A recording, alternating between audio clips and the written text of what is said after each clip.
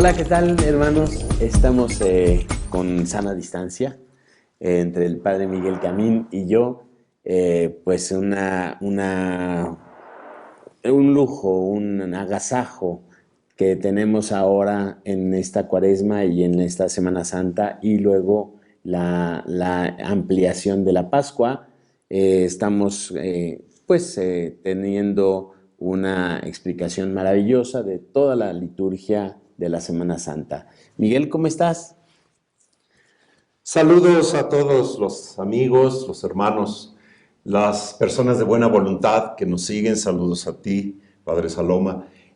Bastante bien, gracias a Dios, y recibiendo sus mensajes, sus conceptos que han Sí, vivido a lo largo de esta Cuaresma con los ejercicios espirituales. Y impresionante cómo va cambiando el tiempo, caminando, y ya estamos en los albores del Triduo Pascual, del Sagrado Triduo Pascual, que será una experiencia muy interesante, ya ubicarnos en cada uno de los días celebrativos. Ya ciertamente hicimos una visión general en la ponencia anterior, pero ahora vamos a entrar a cada día, el muy bien, contenido de muy cada bien, día. muy bien. ¿Tú cómo te han dicho, Hemos tenido mucha resonancia, muy interesante en los comentarios de la Cuaresma, de los ejercicios cuaresmales. Pues fue un interesante ejercicio el tener un libro de los catecúmenos en los que se inscribieron los nombres y estuvimos pidiendo por ellos. Bueno, estamos muy felices y muy contentos de que todo lo que nos has explicado, y pues muy felices y muy contentos de seguir adelante. Ujú. Claro que sí. Pues entonces vamos ahora a entrar propiamente a lo que llamamos Jueves Santo, cronológicamente. En nuestros calendarios Ajá. civiles, pues ahí aparece Jueves Santo, en los calendarios litúrgico-pastorales también, pero lo más importante siempre, lo que les he dicho, lo que rige la vida de la iglesia son los documentos y el misal romano en este caso, que es donde vamos a encontrar, pues, qué significa este día, Jueves Santo. Tendríamos entonces, en primer lugar, ubicar este día. No forma parte del Triduo Pascual todavía. Eso es lo importante. El Jueves Santo está dividido en dos etapas. Estamos también dentro de la Semana Santa. Sí. Seguimos dentro de la Semana Santa. Pero está dividido este día en dos momentos. ¿Por qué? Porque es el último momento de la Cuaresma. Hoy, Jueves Santo, concluye la Cuaresma. A la hora de nona. ¿Por qué? Porque nos seguimos rigiendo según el horario de la liturgia de las horas. Ajá. Tercia, sexta, nona, las horas menores, dígase entre 3 y 4 de la tarde. El Triduo Pascual comenzará hasta después de la caída del sol. Ya, estoy ubicando un poquito en todo esto. Ya a la vez anterior, en la ponencia anterior, en la introducción general, ya hablé un poco de esto, para que empecemos a entender también la perspectiva que tienen estos días. Ahora, me centro en la última expresión de la Cuaresma. Hoy es el día 40. Ajá. Si es que contamos a partir del primer domingo de Cuaresma, siguiendo hasta el día de hoy, son los 40 días. Sin saltarse los domingos como se hacía Como se antes. hacía antes, Ujú. por eso se tuvo que hacer los días de miércoles a sábado, Ajá. que ahora ya son simplemente días de introducción. Tú lo viste bien claro en el misal romano, que no dice miércoles de ceniza, jueves después de ceniza, viernes después de ceniza, sábado después de ceniza, Primer primer domingo domingo de de Cuaresma. Cuaresma. Ujú. ¿Qué quiere decir? Que la Cuaresma empieza en primer domingo. Así es. ¿Por qué? Porque además todos los tiempos litúrgicos comienzan siempre en domingo. Domingo. No pueden, solamente la Navidad. Es el Que es único. una fecha cambiante. Es el 25 de diciembre. Sí. Lo rige el sol. Ujú. La Pascua la va a regir la luna. También Ah, eso es es importante. interesante porque las viejitas se preguntaban cómo es que coincide la Semana Santa que hay luna llena. Qué coincidencia, ¿no? Sí, sí, ya les hablé del primer plenilunio de la primavera Ajá. y el domingo posterior al primer plenilunio, ese día Ujú. es Pascua. Perfecto. Tiene una historia interesantísima de cómo entre Sí, sí, Oriente y sí. Occidente nos tuvimos que poner de acuerdo en la antigüedad. Ajá. Para el Papa San Víctor, por ejemplo, fue un personaje importantísimo en todo aquello, por los cuarenternales que querían que forzosamente fuera en la Pascua el día que caía, el 14 de Nisan, en Sí, fin, sí, sí. pero no es una clase de liturgia ni de historia de la liturgia. Híjole, nos queda en el tintero porque son cosas muy interesantes, ¿no? Que además de saberlo, porque es parte del patrimonio de una familia. Ujú, O ujú. sea, somos la familia iglesia. Y pues si no sabemos nuestra historia, Sí. mi mamá siempre nos dejaba, después de la cena nos platica, y ahora les voy a platicar un poquito de la familia. Es que mi abuelita, tal, tal, tal, y ahí sabíamos cuestiones de la abuelita, Ajá, ¿verdad? Qué ajá. interesante. Y así debe de ser. Sí. Entonces, esta perspectiva. El primer momento, entonces ya vamos a ubicar Jueves Santo antes de la caída del sol. Ajá. ¿Qué hacemos? Una celebración muy interesante, muy bella, que se llama la Misa Crismal, que también tiene su historia, como dicen en Sí, Nagoya. sí, sí, Entonces, sí, aquí todo sí, tiene su historia. sí. Eh, Hoy por hoy, después del Concilio Vaticano II y la reforma litúrgica, pues tenemos esta Celebración. celebración, Ujú. pero no siempre fue así, como dice también el Evangelio, ¿verdad? Ajá, sí, sí. En otros momentos históricos, esta celebración era más que nada para la reconciliación de los penitentes. Los Ah, penitentes públicos, ya les ajá, hablé de la penitencia ajá, sí, sí, pública sí. en alguna ocasión. Sí, sí. Entonces, ha variado a lo largo de la historia. Pero hoy por hoy, ¿qué tenemos? Bien, tenemos una celebración llamada Misa Crismal. La segunda etapa, después ya lo vamos a ver, que es la introducción al Triduo Pascual, importantísima. ¿Qué significa esta Misa Crismal? En primer lugar, algo importante. En toda la diócesis, léase un territorio, esta celebración es única. No puede haber ninguna celebración en la diócesis este día. Ujú. ¿Por qué? Porque es el obispo de la diócesis, el padre y pastor y el liturgo de la diócesis, el que se reúne con su presbiterio, los presbíteros y los diáconos para realizar esta celebración, que está centrada en quién, en el sacerdocio de Jesucristo.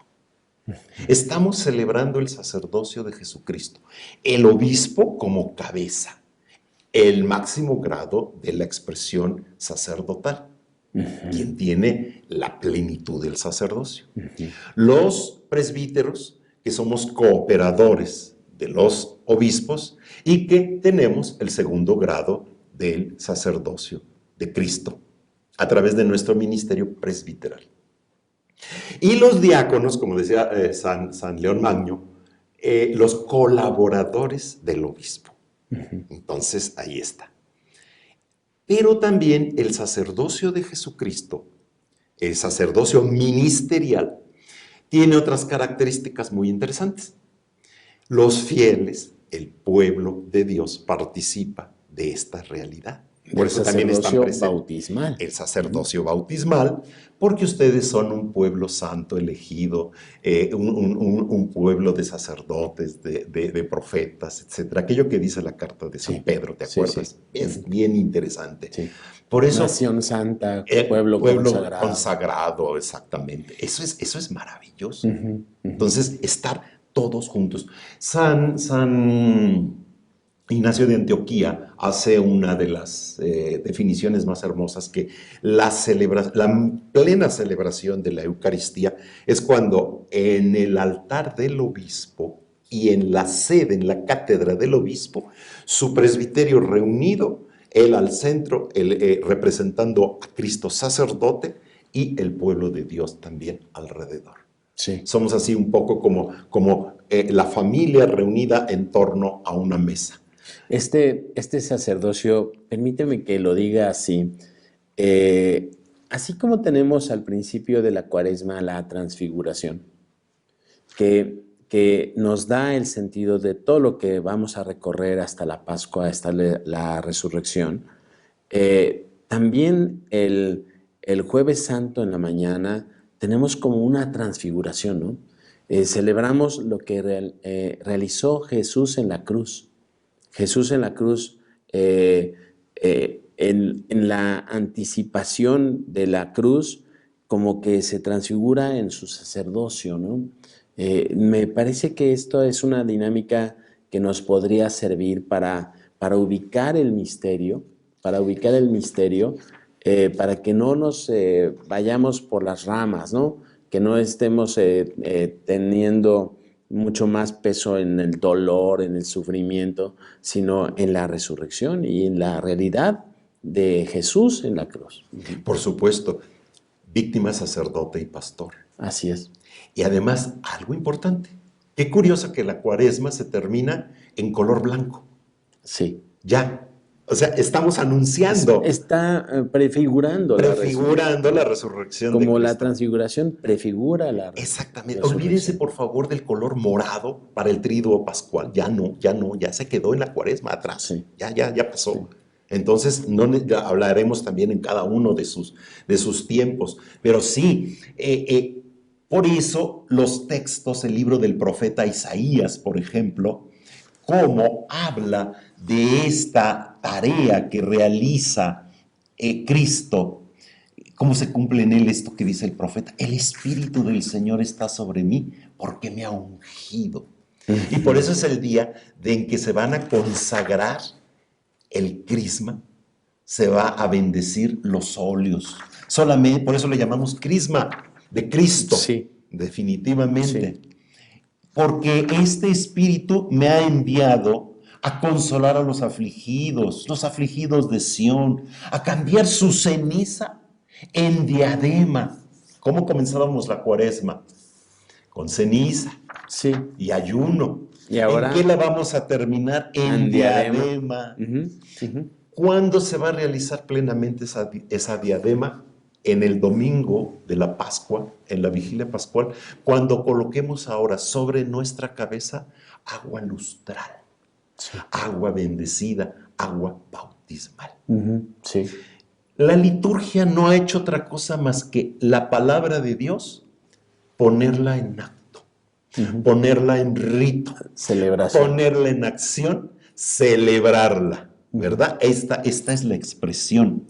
Las lágrimas en aceite perfumado de alegría. ¿Qué es el crisma? El aceite perfumado de alegría. Y su abatimiento en cánticos.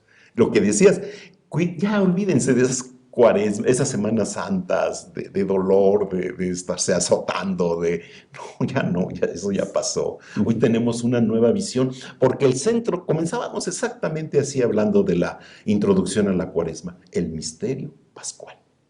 Y el misterio pascual no es para estarse doliendo. Claro, la muerte siempre es impresionante. Sí, el Viernes Santo siempre será un día impresionante ver morir a Cristo en la cruz. Como es impresionante la Eucaristía de cada día y de cada domingo. Sí. Porque es la muerte, pero también la resurrección, y la ascensión, y la llegada del Espíritu Santo, etc. Mira, el profeta Isaías: y ustedes serán llamados sacerdotes del Señor. O sea, la relación más importante. Ministros de nuestro Dios se les llamará. Yo les daré su recompensa fielmente y haré de ellos un pacto perpetuo. Su estirpe será célebre entre las naciones y sus vástagos entre los pueblos. Cuantos los vean reconocerán que son la estirpe que bendijo el Señor. Es impresionante si lo aplicamos al pueblo de Dios, porque no está dicho a las grandes personalidades del pueblo, sino está dicho al pueblo de Dios. Además, todos somos el pueblo de Dios. Clérigos, y laicos. O sea, somos el Sí. pueblo de Dios. El pueblo de Dios necesita dirigentes. Por eso Jesús dejó a los 12 apóstoles. Pero ahí estamos todos. Esto es ciertamente impresionante. El crisma, ¿verdad? ¿Por qué se llama misa crismal? Porque tiene estos conceptos. En Oriente, al crisma se le llama el mirón. En el Catecismo de la Iglesia Católica, por allí, cuando aparece el concepto del crisma, también van a encontrar. Y en Oriente, esto se le llama mirón. Ajá. ¿Y qué significa el mirón? Es lo mismo que para nosotros. O sea, mirón es un ungüento, un ungüento perfumado. Eso quiere decir en griego la palabra miro. Entonces, nosotros decimos el crisma, en Occidente, en griego, dicen miro. Entonces, es exactamente la misma idea. ¿Cómo se crea el crisma? Porque no existe una llave que venga desde el cielo. En las catedrales abran esa llave una vez al año y de repente salga el crisma, ¿verdad? No, eso no es. Se hace de aceite de olivo, o sea, ordinariamente.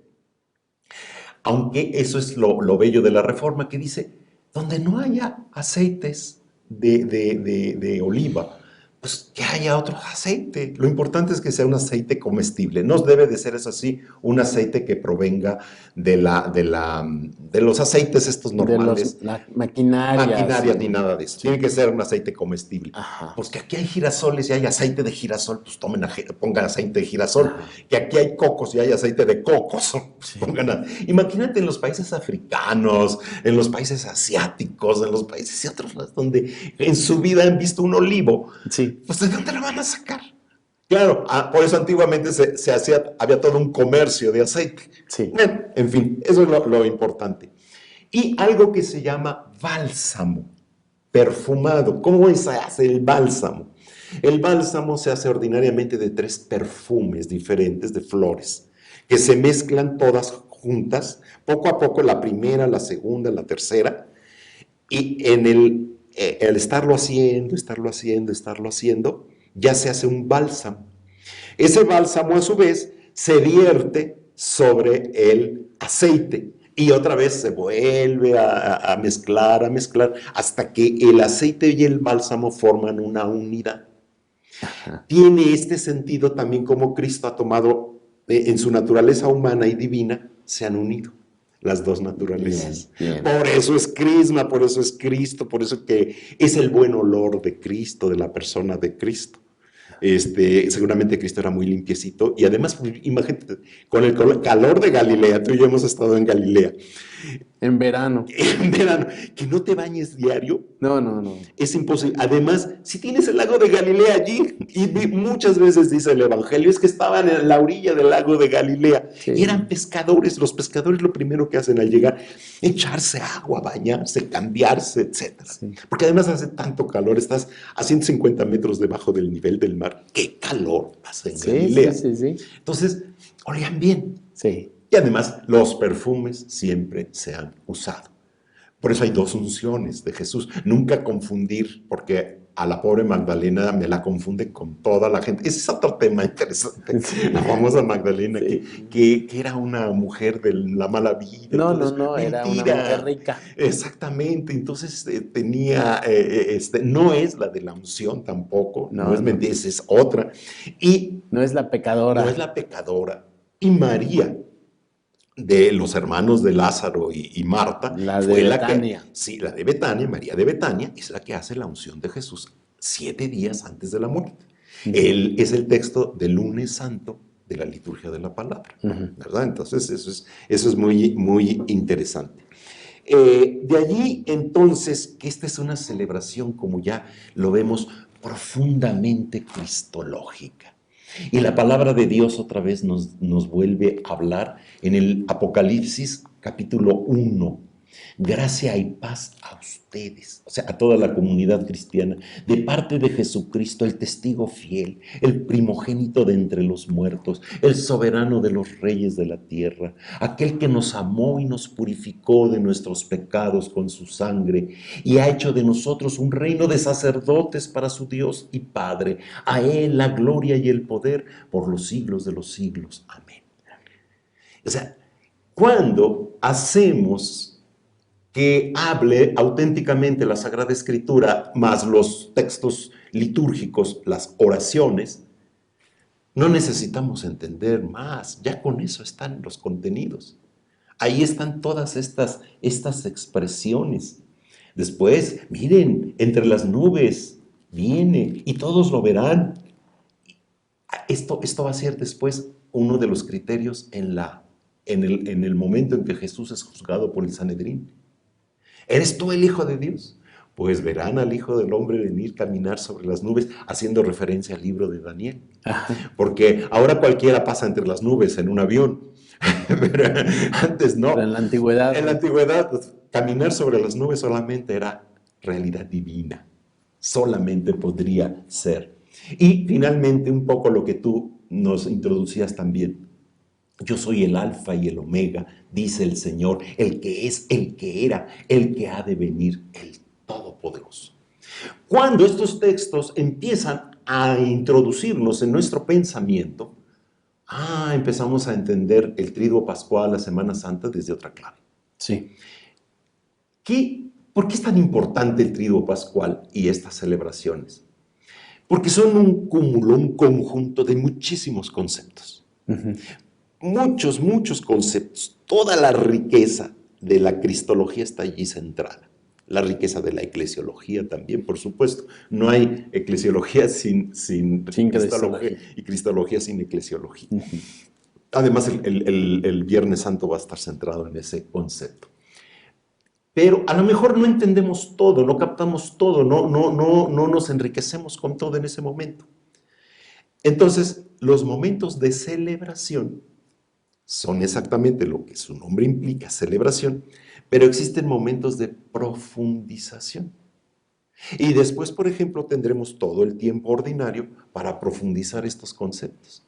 Porque sobre todos estos conceptos, pues, se viene después de una manera, pues, muy hermosa, muy rica, toda esta dinámica.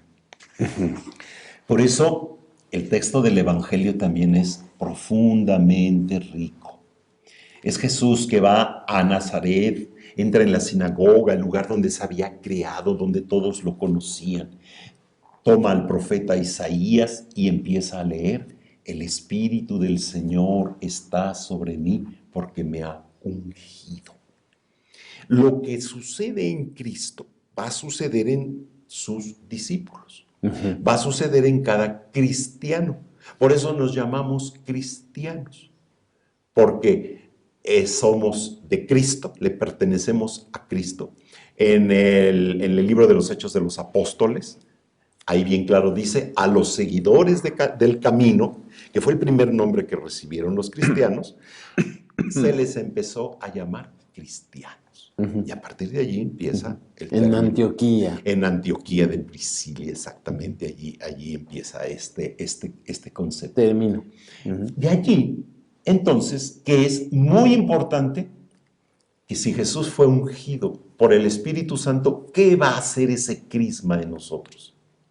A ungirnos con el poder del Espíritu Santo. Por eso en el bautismo se es ungido, por eso en la confirmación se es ungido, por eso en el sacramento del orden, en los tres, el obispo, el presbítero es ungido, el diácono no es ungido, los enfermos después van a ser ungidos con, no el crisma, pero con el otro aceite, y los catecúmenos, los que van en camino al ser cristianos, porque sobre todo es un aceite dado para los exorcismos. Porque también retoma todo ese concepto de la antigüedad que se tenía muy rico y muy específico de cómo el aceite es curativo, cómo sirve para tener fuerza, para tener valor, para tener ánimo. Es una medicina y un bálsamo. Sea tomado, sea untado. Y hasta el día de hoy seguimos en eso, Sí, porque sí. tantas medicinas y nos andamos untando y poniendo o lo andamos bebiendo. Sí. El bendicional, por ejemplo, la última edición del bendicional, bueno, ya el bendicional de que surgió del Vaticano II, que también es una maravilla, ese libro litúrgico, con el que se cierra toda la reforma litúrgica, nos dice, por ejemplo, que se haga la bendición del aceite comestible. Eso se usa mucho en Europa, por ejemplo, tú y yo que hemos vivido por allá, las fiestas de los santos, de la Virgen, de tradiciones, etcétera, en tiempo también sobre todo de cuando ya hay el nuevo aceite, porque tampoco el aceite puede durar mucho tiempo, porque No, se no arrancia. sí, se pudre. Esa se pudre, Sí. pero se bendice, etcétera. Aquí, yo, por ejemplo, en mi comunidad hago en Pascua, bendigo el aceite y la sal, para que preparen su comida con un aceite bendecido, porque estamos en la cincuentena pascual. Así es. Y la sal, igual la sal de cocina, Comestible. que se bendiga, ¿para qué? Para que sea una sal y tenga sentido nuestra cincuentena pascual. O sea, haya estos signos, hay estas acciones que de alguna manera nos están conectando siempre con la experiencia de la divinidad, con la experiencia del amor del Padre Celestial, del amor de Dios.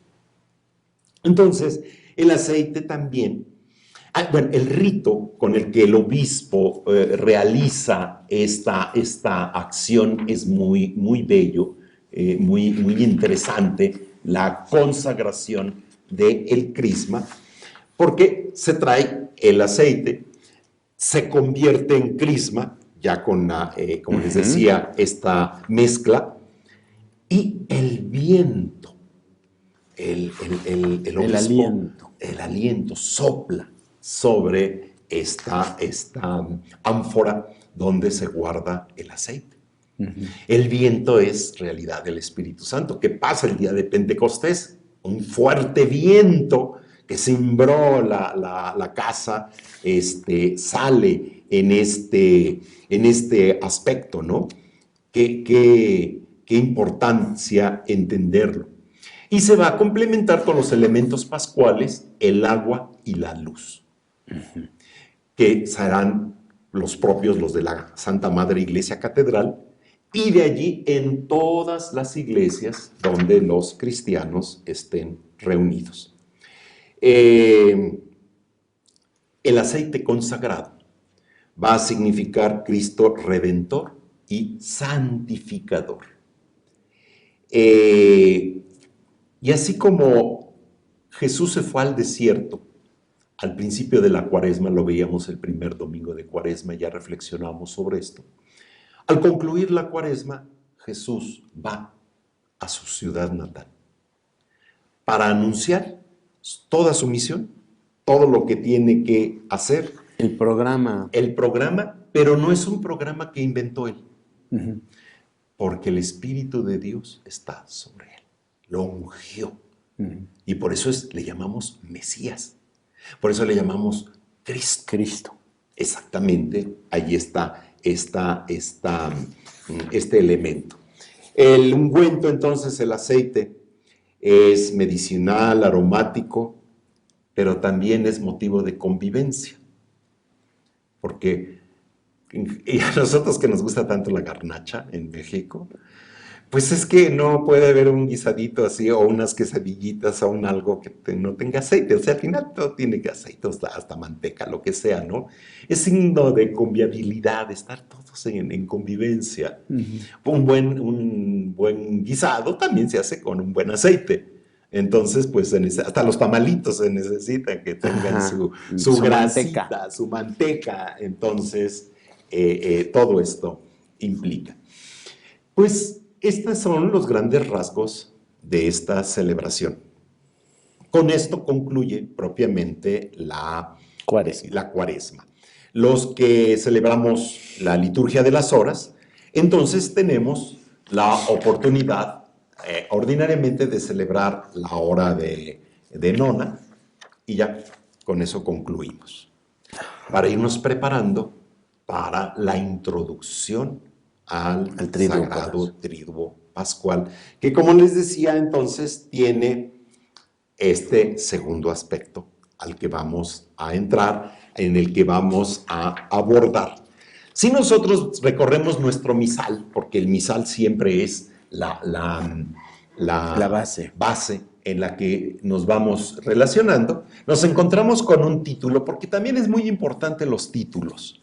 Los que hicieron la reforma litúrgica de alguna manera se esforzaron por entender.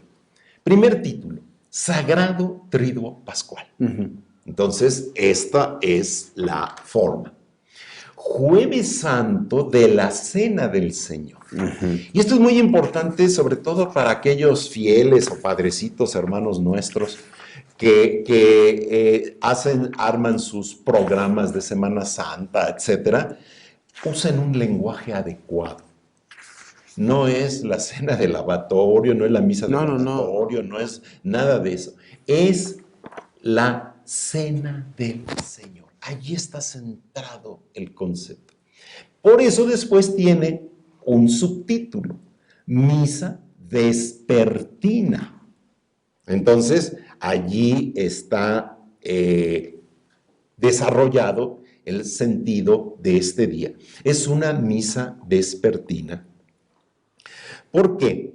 Porque esta misa vespertina está centrada en la Eucaristía, porque la Eucaristía, y aquí entramos ya en los conceptos muy importantes, es el sacrificio de Cristo, es la entrega del sacrificio de Cristo.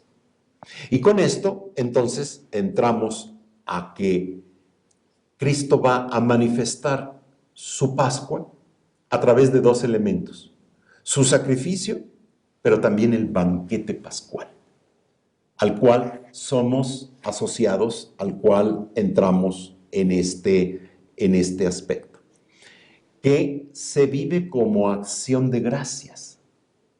Nosotros mismos entendemos que la palabra Eucaristía, y así es la más adecuada, es la acción de gracias. Ese es uno de los grandes conceptos que la reforma litúrgica también ha aportado, que llamar a la celebración Eucaristía. El Catecismo de la Iglesia, por ejemplo, también nos presenta la variedad de nombres que a lo largo de la historia ha tenido la celebración. A veces la más común, misa, pues bien, no es así como de lo más feliz, pero pues ahí está, porque entendemos lo que significa, porque era el envío, o sea, ite missa et, o sea, la última frase con la que termina la celebración. Vayan y den testimonio de esto, vayan y reproduzcan esto, vayan y vivan esto, vayan y comuniquen esto, etc. Vayan y testifiquen el misterio aquí celebrado. Pero no es lo más expresivo, porque además nos quedamos nada más en el envío, y no, el momento de la vivencia, de la acción de gracias a Dios por lo que se ha realizado. La acción de gracias que Jesús realiza esta noche del Jueves Santo, de la cena, no sabemos qué dijo, pero seguramente fue una gran acción de gracias. Hay una manera bíblica que se llama la veracá, la forma de orar, la forma de dar gracias. Entonces Jesús utilizó una famosa, improvisó, dijo, oró una veracá, porque pues no le costaba trabajo hacerlo. Para nosotros, nuestras plegarias eucarísticas, de la 1 a la 4, las de la reconciliación, la quinta, las de los niños, etcétera, son veracás. Los orientales tienen un mundo de plegarias eucarísticas muy interesantes, muy bellas también. En algunas otras liturgias occidentales también existen. O sea, esta manera de orar siempre ha sido una manera ciertamente muy, muy rica. Es una celebración al hablar de la cena del Señor de la manera especial como Cristo estuvo presente. Si quisiéramos ilustrarlo, si quisiéramos ponerlo a partir de un concepto, sería este. He deseado ardientemente cenar con ustedes esta Pascua. Cuando Jesús dice eso, esa es la síntesis, esa es la expresión, esa es la manifestación más grande de este día, de esta cena. Y todo lo que implicó ciertamente esta cena. Quisiera centrarme en la importancia de Jesús. ¿Por qué es el Jueves Santo una introducción al Sagrado Tríodo Pascual? Viernes, sábado, domingo. La antífona de entrada, tomada de la carta de San Pablo a los Gálatas, capítulo 6, verso 14, nos da la respuesta. Debemos gloriarnos en la cruz de nuestro Señor Jesucristo, porque en Él está nuestra salvación, nuestra vida y nuestra resurrección. Y por Él fuimos salvados y redimidos. Aquí está toda la pedagogía del Sagrado Tríodo Pascual. Aquí está todo lo que vamos a celebrar. Esta introducción nos va a llevar a esto. La cruz es el Viernes Santo. La cruz es el motivo de salvación. La cruz es vida y la cruz nos va a llevar al domingo de Pascua, a nuestra resurrección. Salvación y redención. Vuelvo a insistir, como la Sagrada Escritura, la palabra de Dios, no hace otra cosa más que convertirse en celebración litúrgica, en hecho celebrativo en este aspecto. La Eucaristía es signo de amor y de gratitud. Por eso Cristo es el nuevo Cordero Pascual. Cristo es nuestra Pascua.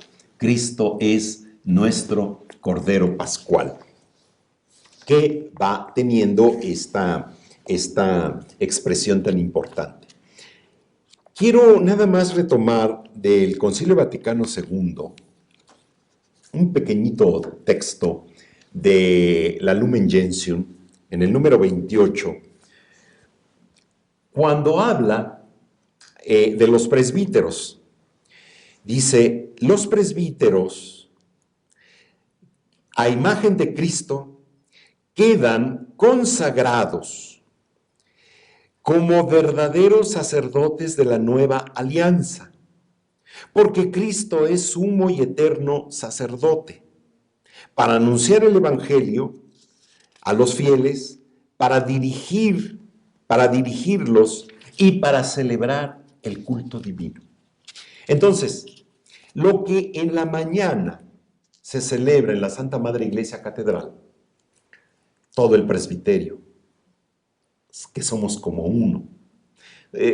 No hay imagen, yo que siempre a mí me viene esa imagen cuando estamos en las concelebraciones, los presbíteros y el obispo presidiendo, que somos como un ejército, que ahí estamos todos y tenemos la misma formación, la misma idea, la misma disciplina, el mismo camino.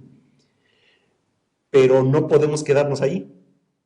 Tenemos que irnos a nuestros propios campos de batalla.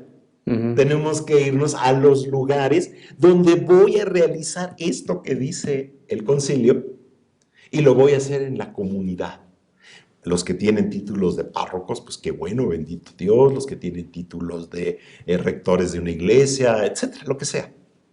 Pero lo vamos realizando, los capellanes lo vamos realizando de alguna forma, de alguna manera. Entonces, esta expresión del sacerdocio de Cristo expresado como servicio, por eso es el Cordero. Mañana en el Viernes Santo se va a insistir más en este aspecto, sobre todo en el Evangelio de San Juan, va a insistir el por qué Cristo es el nuevo Cordero. Va teniendo esta dinámica, va teniendo esta expresividad. Me quiero centrar también, resalto algunos aspectos de la liturgia de la palabra. La liturgia de la palabra de este día, de esta introducción, está construida sobre 3 elementos muy importantes. La Pascua de los judíos, la Pascua del Antiguo Testamento. Este mes será para ti y para ustedes el primero de todos los meses.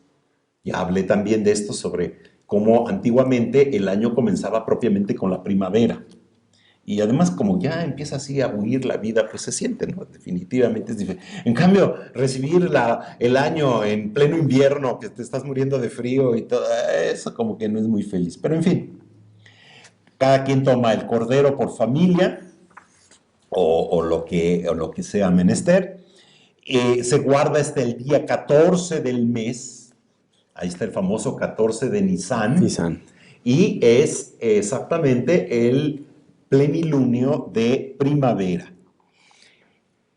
Esta fiesta de los corderos y de los panes ácimos, después se hará el pan ácimo, etc.,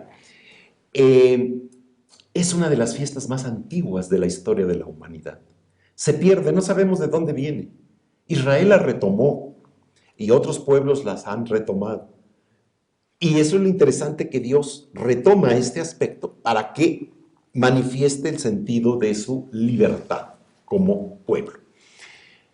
La Pascua de Cristo, manifestada en el texto del Evangelio, pero si nos damos cuenta, aquí no está hablándonos propiamente de cómo Jesús pronunció las palabras, etc. No lo dice. Más bien, el Evangelio de Juan, en el capítulo 13, verso del 1 al 15, que con este además se inaugura el libro, la parte de San Juan, el libro de la gloria. Y hablamos de esto, sabiendo Jesús que había llegado la hora, ¿se acuerdan? El libro de la hora, el libro de la gloria, de pasar de este mundo al Padre. Habiendo amado a los suyos que estaban en el mundo, los amó hasta el extremo. ¿Qué es la cena para Jesús? Expresión, ciertamente, de amor. Se va realizando un poco el rito judío. Al evangelista no le interesa explicárnoslo. ¿Por qué? Porque ni somos judíos y ya realizamos el rito que Jesús realizó. Pero lo más importante, Jesús se pone a lavar los pies de los discípulos. Se levantó de la mesa, se quitó el manto, tomando una toalla se la ciñó, luego echó agua en una jofaina y se puso a lavarles los pies a los discípulos y a secárselos con la toalla que se había ceñido. No dice que les dio besos, para que no anden al día ahí besando lo que no deben de besar. Sí, porque yo no sé quién inventó esos ritos. Es que inventamos cuestiones que no están en el Evangelio. No sé a qué te refieres. Que los presbíteros muchas veces cuando lavan los pies a los apóstoles, andan besándoles los pies y todo eso. Sí. Aquí no lo dice. Muy bien. En la liturgia papal no se hace. Y lo que no se hace en la liturgia papal no se hace en ninguna, porque también es prototipo, modelo, ¿verdad? Ajá. Cuando llega Simón, le dice, no me vas a lavar los pies. Jesús le dice, lo que yo hago no lo entiendes ahora, pero lo comprenderás más tarde.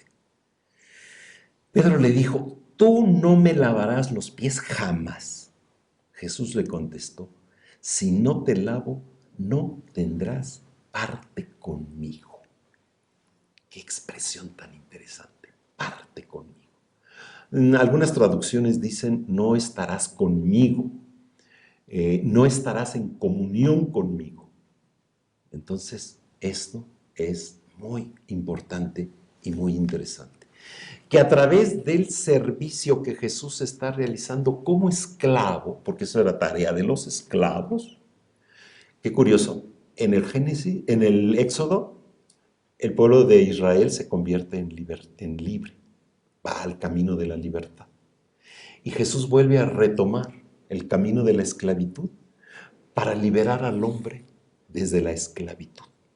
Él que no era pecado, Dios lo hizo pecado, con este concepto de el evangelista San Juan.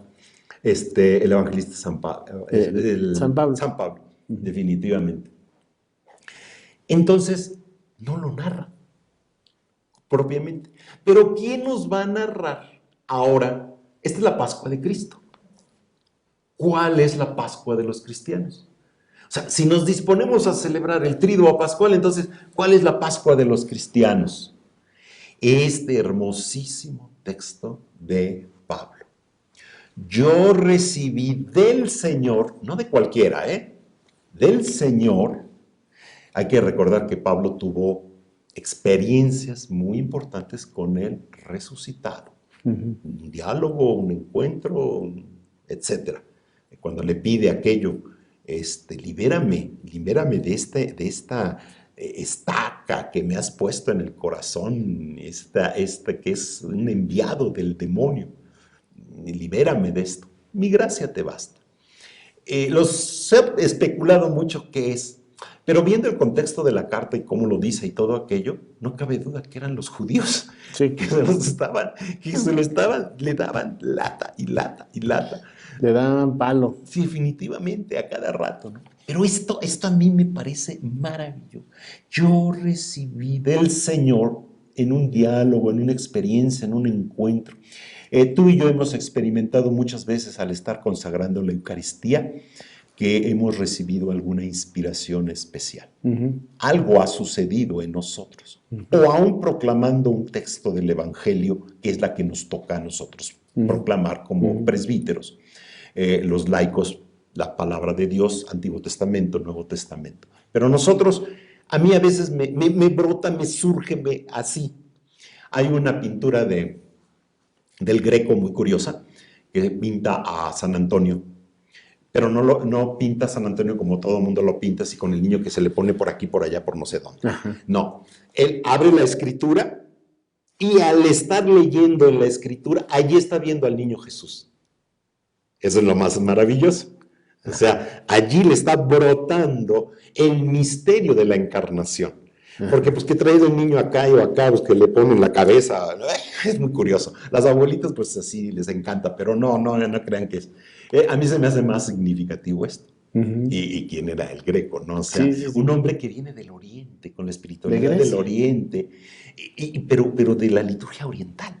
Ajá. Que había tenido la experiencia de la liturgia oriental, de la belleza del colorido, del simbolismo del dorado y de todo aquello. Lo que va después a suceder en Venecia, por ejemplo, en San Marco, que entras a San Marco como entrar a una iglesia oriental, definitivamente. En fin, podemos hablar de tanto esto.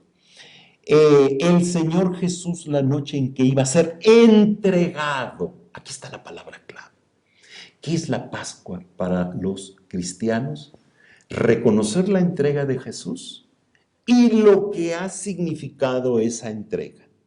Y por eso, con esa entrega, tomó pan en sus manos, pronunció la acción de gracias, esta grande veracá, lo partió y dijo, esto es mi cuerpo, que se entrega, ahí está otra vez la palabra entregado, por ustedes.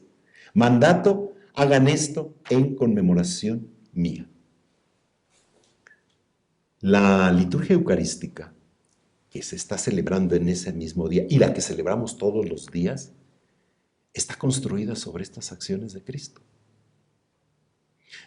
En la presentación de los dones tomamos el pan. En la plegaria eucarística damos gracias. Lo partimos y lo damos. Y lo damos. Así está construida la celebración de la Eucaristía. Cada vez que hacemos esas acciones, a mí me impresiona tanto porque digo, y sobre todo, por ejemplo, la fracción del pan. Romper el pan, decir exactamente lo mismo que hizo el Señor Jesús. Claro, era otro tipo de pan, ese pan ácimo. Bueno, no como nuestras hostias, el pan ácimo de Oriente, que también es tan interesante. Lo mismo hizo con el cáliz después de cenar, diciendo, este cáliz es la nueva alianza que se sella con mi sangre. Ahí está, la experiencia de la entrega de la sangre. Hagan esto en memoria mía siempre que beban de él. Por eso cada vez que ustedes comen de este pan y beben de este cáliz, proclaman la muerte del Señor hasta que vuelva. Esa es la Pascua de los cristianos. Esa es la Pascua de los discípulos de Cristo. Cuando comemos, cuando bebemos el cuerpo y la sangre del Señor, el pan y bebemos el cáliz, proclamamos la muerte del Señor hasta que venga. Nos lleva otra vez hasta el inicio del año litúrgico en el Adviento. Por eso todo el año litúrgico está así, entrelazado. Yo siempre lo he expresado y se los digo a mis alumnos a veces, es como la trama, la urdimbre que dicen los artesanos, que van haciendo para ciertas tapetes y ciertas telas y todo. Es una urdimbre, que además unos y otros se van complementando, como esas telas de varios colores al mismo tiempo que van surgiendo, pero que unos y otros se van uniendo. ¿En qué termina esta celebración? Se tiene en cuenta el rito del lavatorio de los pies, que es opcional, entonces no es lo más importante y a veces todo el mundo cree que es lo más importante. Por los niños acólitos. Ah, sí, pero no tienen conciencia de lo que significa. Habría que hablar mucho sobre esto, pero no nos da tiempo. ¿Y en qué termina esta celebración? El traslado del Santísimo Sacramento. Si nos damos cuenta bien en nuestro misal romano y en el misalín que cada quien tiene, seguramente, no termina diciendo ritos conclusivos. Esta celebración no concluye, no termina. Se prolonga. Se prolonga. Se prolonga a través del traslado del Santísimo Sacramento a una capilla especial de adoración. Ojo, por eso es el día introductorio, hasta las 12 de la noche de manera más solemne, o sea, con las velas encendidas, con la luz, etc. No se ponen demasiadísimas flores porque a veces en el Jueves Santo quieren adelantar casi la Pascua. No, es algo nada más muy sencillo, muy simbólico, unos elementos nada más. Porque si no, en la Pascua, ¿qué vamos a hacer? Bueno, es que antiguamente había competencias de entre párrocos y de parroquias y a ver quién hacía la cosa más extravagante, ¿no? En el tiempo del virreinato y en el tiempo antes de que la liturgia cambiara. Recuerda que esta celebración era jueves por la mañana. Ajá. Entonces por eso la gente andaba todas las tardes caminando, porque ya no había celebración, pues de un lugar a otro a ver qué veía. O ya no tenemos ese concepto. Todavía no había cines, teatros. No, había que veía en la iglesia, exactamente. Allí estaba la diversión, ¿no? Sí, decían, es que tenemos que ir a la iglesia. ¿A qué? ¿Quién sabe? Vamos. Entonces... Bueno, así surge la tradición de las 7 casas, ¿no? La visita de las 7 casas famosas. ¿Nos vas a hablar de eso? Sí, mira, bueno, terminamos ya el aspecto litúrgico, vamos al aspecto devocional. Ajá. Entonces, en este ámbito, quedó una tradición que ya no forma parte del triduo pascual, como lo tenemos, el concepto que tenemos ahora. Durante la Cuaresma, en Roma, se acostumbraba a hacer una procesión penitencial. Es más, el Directorio de Piedad Popular y Liturgia, de hace unos años, habla todavía de las procesiones penitenciales. En el misal romano, a la introducción de la Cuaresma, habla de las iglesias estacionales. Se pueden hacer estaciones. Las hace el obispo diocesano, aún los párrocos la pueden hacer, sobre todo cuando hay una capilla y una parroquia, una iglesia, etc. O de algún otro lugar, una ermita, o un lugar donde hay algo de devoción, etc. Las famosas estaciones, que son exactamente como las estaciones del metro o de las estaciones de los autobuses, o sea, paradas. Sí. O sea, vamos de un lugar a otro, aquí nos paramos y hacemos la celebración y ya nos vamos y luego nos juntamos aquí y nos vamos para allá, etc. Entonces, esas son las estaciones. Entonces, en Roma, cuando ya les hablé también que la penitencia ha tenido muchas etapas. Y una de ellas fue una especie, cuando la penitencia pública y la penitencia tarifada cayeron en desuso, porque eran tan fuertes las penitencias que se colocaban. Que ya nadie quería entrarle, ¿no? Y entonces, ¿qué empezaron a hacer? A hacer penitencia por sí mismos. Uh-huh. Y entonces hacer actos penitenciales. Y una de esas era hacer estos recorridos penitenciales, una procesión penitencial, de recorrer las 4 basílicas mayores, San Juan de Letrán, Santa María Maggiore, San Pablo Extramuros y San Pedro. uh-huh. Y 3 menores, la Santa Croce en Jerusalén, que tú y yo los conocemos, Sí. San Lorenzo, uh-huh. que es el culto que en la antigüedad tuvo San Lorenzo en Roma fue impresionante. Uh-huh. O sea, era una verdaderamente, era el patrono de la ciudad, más que San Pedro y San Pablo, como uh-huh. ahora se entiende. Uh-huh. En la antigüedad, San Lorenzo, porque fue tan grande el testimonio de San Lorenzo, sí. que golpeó de alguna... Sí, de alguna en las obras de caridad. Sí, es obras de caridad. Era diácono. Y después, una basílica menor, la que cada quien quisiera. Hay quien iba a la de Santa Trastevere. Cecilia, a Santa María en Trastevere. Hay quien iba a ¿sabes a quién? También a ¿Santa Sabina? No, no, porque esa está muy alta. No, San Sebastián. San Sebastián. Porque agarraban la vía, por el Quo Vadis. Uh-huh, ¿Cómo se llama esta vía? Ahora se me olvidó también. Bueno, alguna de esas. Entonces, eso era la vía ostiense. La ostiense. Uh-huh. La vía ostiense. Uh-huh. Porque agarraban también, les quedaba cerca San Pablo Extramuros. Sí. Por la ostiense. Uh-huh. Sí. Entonces, sí. ¿Cómo? Es que Roma en primer es un pueblo. Es un pueblote. Es un pueblo. Sigue siendo un pueblo, definitivamente. Entonces ahí quedó. Hoy tiene sentido eso, ya no. ¿A qué entramos a las iglesias? Nada más a entrar, a ver, a salir. A una estampita que te venden afuera que reces que no sabes ni qué.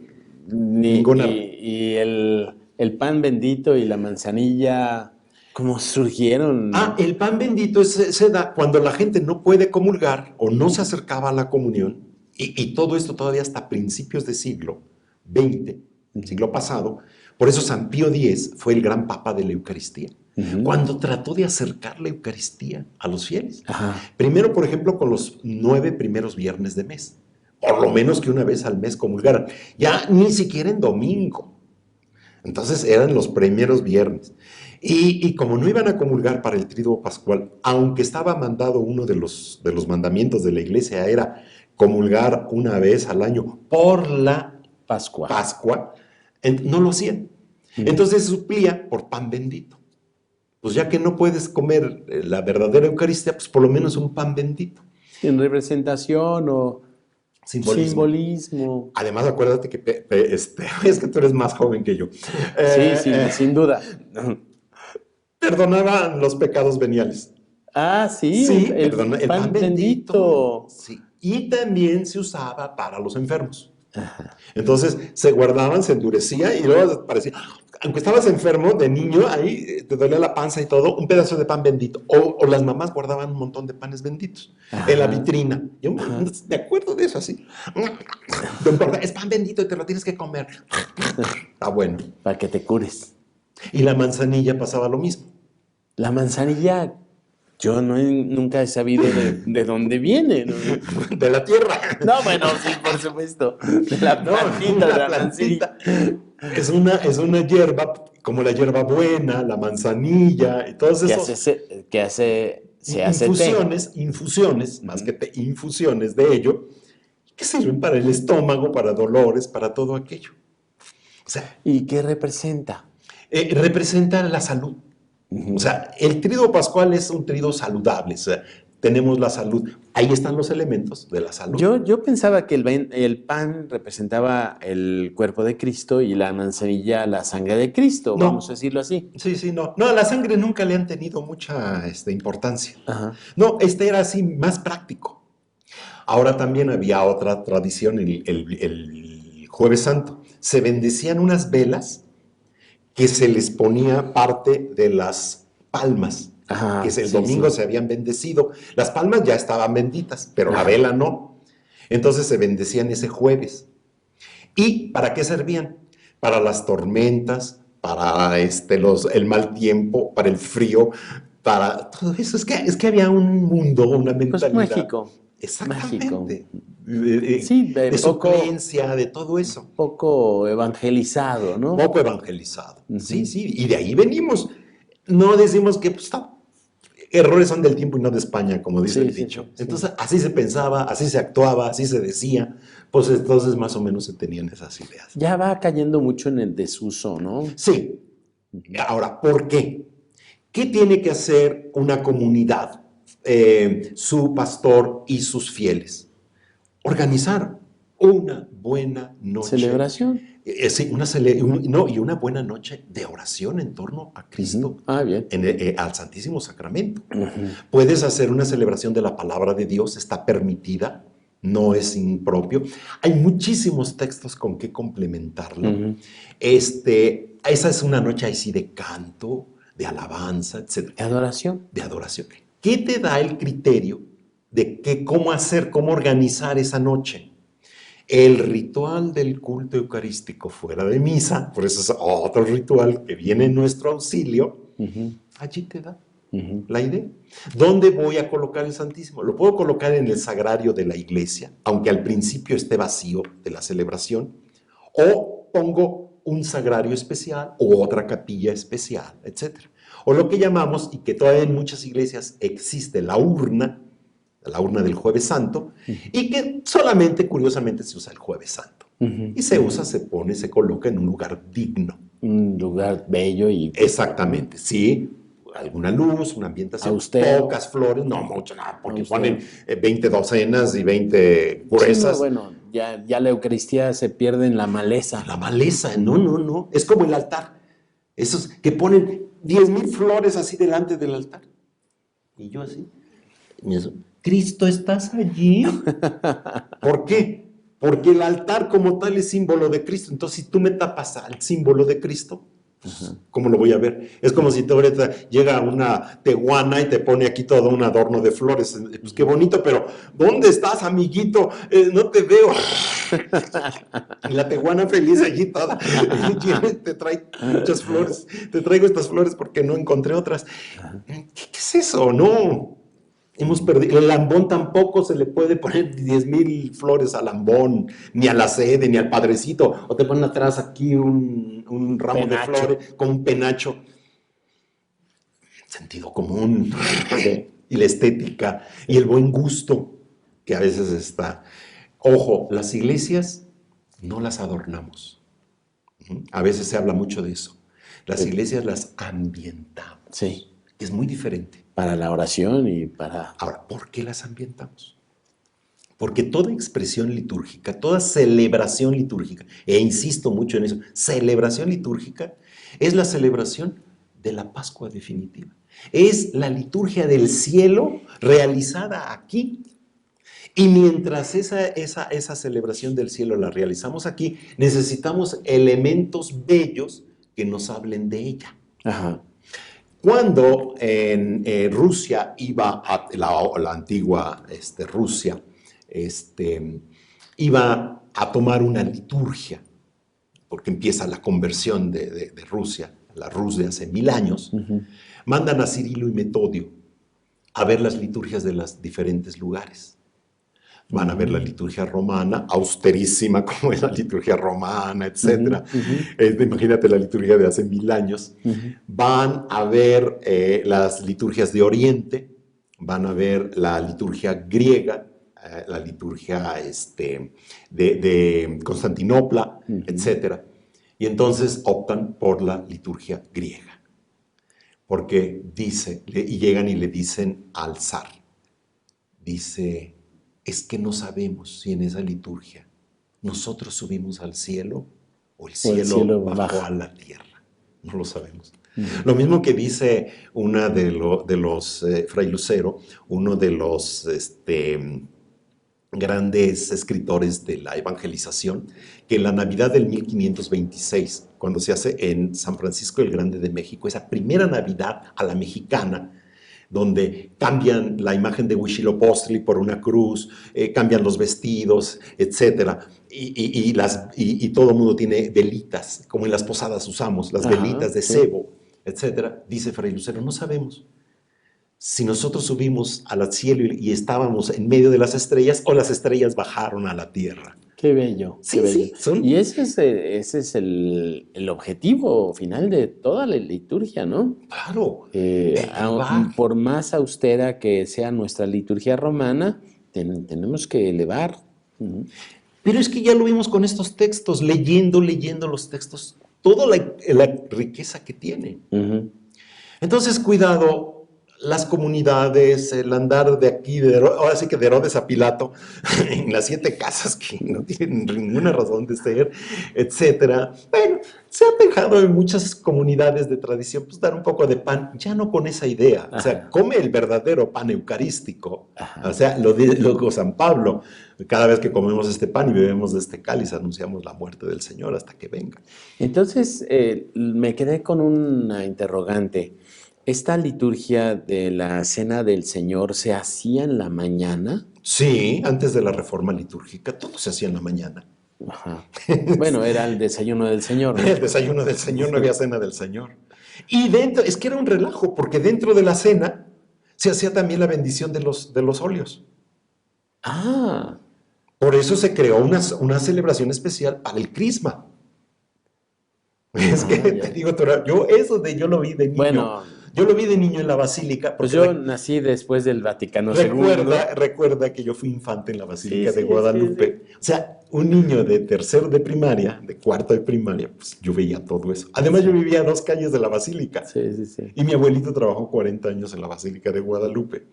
Entonces, pues íbamos, además de entrar a la Basílica, pero era como a mi casa, ¿no? Y además todos nos conocían, a mis hermanitos y a mí. ¡Ay, el abuelito! Sí, ya vienen por el señor León. Vámonos! Entonces, pues yo veía todo eso de niño. Ajá. Sí, Jueves Santo era en la mañana, Viernes Santo era en la mañana. Por eso el Viernes Santo se llenó de tantas devociones que ahora todavía las tenemos y no nos hemos podido sacudir de ellas. Ujú. Y Sábado Santo, que la gente le empezó a llamar Domingo de Gloria, porque oía Gloria in excelsis Deo, Ajá, se sí, abría la gloria porque corrían un velo del presbiterio, se adelantaba la vigilia. Pío XII fue el primero que empezó a darle horario ajá, a la Semana Santa. Ajá. Dijo, volvamos al horario que debe de ser.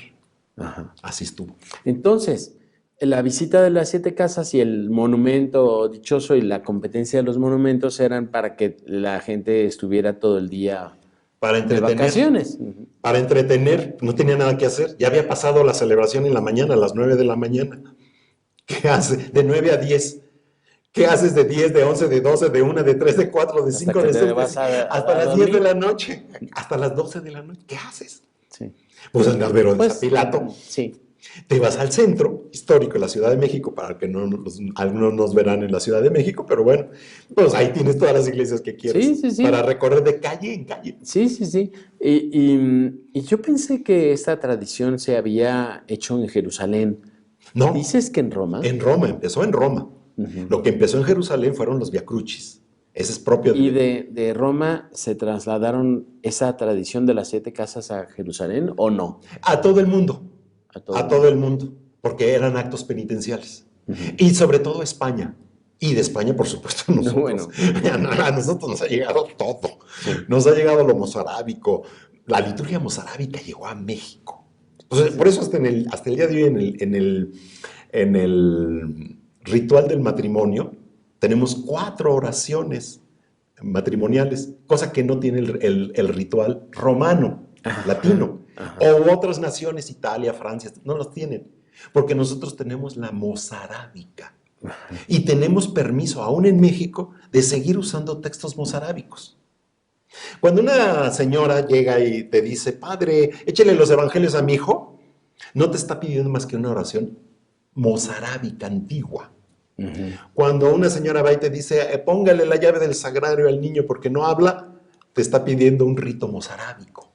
¿El aceite del Santísimo también? Todo eso es mozarábico. Eran devociones mozarábicas que se hicieron en la cultura hispánica de la que se llama la liturgia hispánica. Que nosotros Muy fuimos influenciada por los árabes. Claro, nosotros somos herederos de eso. Y pues sí, en nuestro hablar castellano de todos los días usamos tantas palabras árabes, no las sabemos. Porque, Ojalá. Ojalá, exactamente. Almohada. Almohada. Guadalupe. Ajá. Guadalupe simplemente. Sí. Entonces, Guadalquivir, todo lo de Guada, todo lo que es Guada es río, en árabe. Ajá. Entonces, de ahí nos pasaron al castellano, todo eso. La lengua castellana, por eso decía Carlos V que era para hablarle a Dios. El alemán para hablarle a los caballos. El francés para hablarle a las mujeres. El italiano para cantar. Sí, exactamente. El inglés para los negocios. Para negocios, exactamente. Bien. Bueno, entonces... Híjole, entonces el pan bendito, la manzanilla, la visita a las 7 casas. Las estampitas esas que no tienen ningún sentido, que son oraciones del siglo XVIII, totalmente desencajadas fuera del concepto cristológico que hoy tenemos, sí. Que nos quieren meditar el Jueves Santo, tomen los libros, tomen sus textos, vuelvan a releer y a releer, y ahí están, en su misalito, no necesitan más. Entonces, en vez de andar de un lado para el otro, de Herodes a Pilato, a mí me encanta decir eso. Bueno, yo le diría de otra forma, pero en vez de... De casa en casa, como decían las señoras antiguas, no andes de metiche, de casa en casa. De casa en casa. Tendríamos que organizar la adoración al Santísimo. Sí. ¿Hasta qué horas? ¿Hasta qué horas? Hasta las 12 se puede hacer, te lo dice aquí estipulado, dice bien claro, que se puede hacer de forma solemne. Ajá. Invítese a los fieles, según las circunstancias y costumbres del lugar, a dedicar alguna parte de su tiempo en la noche a la adoración delante del Santísimo Sacramento. Esta oración, después de la medianoche, hágase sin solemnidad. Ahora, hay quien se queda ya sin solemnidad. O sea, apagas las velas, bajas la luz, quitas las flores, etc. Dejas solamente al Santísimo. Esto es muy de la tradición de los adoradores nocturnos. Ah, ya. La adoración nocturna, que también tiene una gran tradición en México, hace esto. Pero aquí está bien claro. Ajá. Por eso, si nosotros queremos saber todo lo que es, para que no le digan, para que no le cuenten, ni mucho menos, lea misa. Ya no sigas, por favor. Lea misa. Entonces, si es factible hacer turnos. Sí, los turnos. En las parroquias. Sí. Sí. Los turnos para la adoración toda la noche. Hay comunidades que tienen mucho, sobre todo en provincia y todo esto, se usa muchísimo hacer sus turnos de hora. Ahora, ¿qué hacen en esos turnos? La liturgia de las horas, cantan, salmos, oraciones, etc. Todo lo que te dice el ritual del culto eucarístico. Ahora, un buen párroco, ¿qué haría? Hago mi esquema para ese día y se lo voy dando a cada turno. ¿Me explico? Ajá, sí. Miguel, en tiempos de pandemia, ¿cómo lo organizarías? Yo creo que sabiendo que en la iglesia está el Santísimo Sacramento en tu parroquia, te unes desde tu casa, lo que dice Jesús en el Evangelio, métete a tu cuarto, haz oración y podrías hacer allí tu oración. En comunión. O sea. Podríamos usar la tecnología para Sí, por supuesto. La pones el lugar donde está la reserva, etcétera, y todo el mundo se une. Y yo creo que este año así va a ser. Así es. Sí, así va a ser. No podemos de otra situación. Sí. Sería imprudente. Sería imprudente. En la iglesia que estén 2, 3 gentes. Nunca debe de estar el Santísimo solo. Nunca. Pero 2, 3 personas en un amplio, con sana distancia, aseados, cubreboca, todo lo que nos piden. Y que bueno, y es innecesario, se debe hacer. A veces basta con una sola persona. El presbítero. El presbítero, si tienes diácono, se van cambiando, etc. ¿Por qué no pudiste velar una hora conmigo, Pedro? Son palabras muy duras. Muy duras, ahí Muy está. duras. Y van a aparecer, ya aparecieron en la Pasión del domingo en San Marcos. Ajá. No pudiste velar con una hora. Ujú, Entonces sí, una noche de oración, una noche de vela. ujú. Muy bien. Por eso si quitamos tanto folclore, llegamos a lo esencial Ajá. y nos quedamos solamente con ello. Ujú. Miguel, muchas gracias, hermanos. Seguimos adelante, ¿no? Claro que sí. Muchas gracias.